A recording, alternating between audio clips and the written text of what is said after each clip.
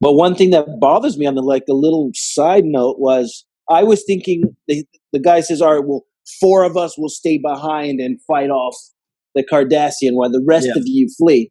I noticed that number one, there was no argument of who the 4 would be. I thought the same thing. Did people just volunteer? Was it already pre-established 8 years ago? They're like, if we're ever going to escape, you're the 4 that are going to have to fight. Because if I'm 10 years in the labor camp, I'm leaving, guys.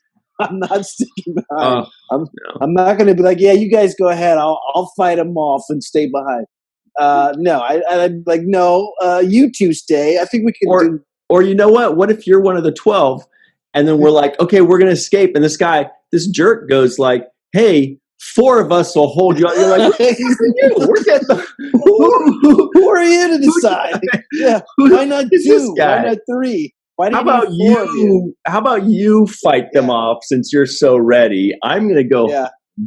The other thing I noticed was when O'Brien leaves, he doesn't leave his phaser with one of the 4 guys who got left behind. You would think he would say, here, you take this and cover us while we run to the ship. Instead, O'Brien's like, I'm going to need this thing when these guys get shot down in about 5 seconds. So 4 guys with 1 phaser, so it's really not that effective. And then I didn't see any drawing of straws. The 4 guys were like, yeah, we'll stay. So that was funny to me. And then the other thing that I thought was funny, because, if I'm in that moment and I was literally watching it and in the moment thinking, what would I have done? What I would have done was left 2 people behind, armed them both with phasers, and then as I'm leaving, beam the last 2 people out because I can only beam 2 people. You nailed it. You're right. Right? So that would just as a matter of practicality, that's how I would have approached that particular, scene.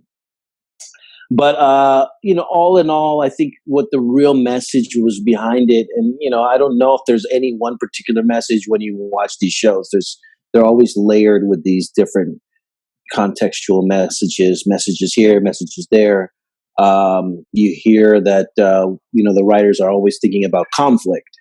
And so, there's going to be conflict throughout a Deep Space Nine episode. That's pretty much a guarantee.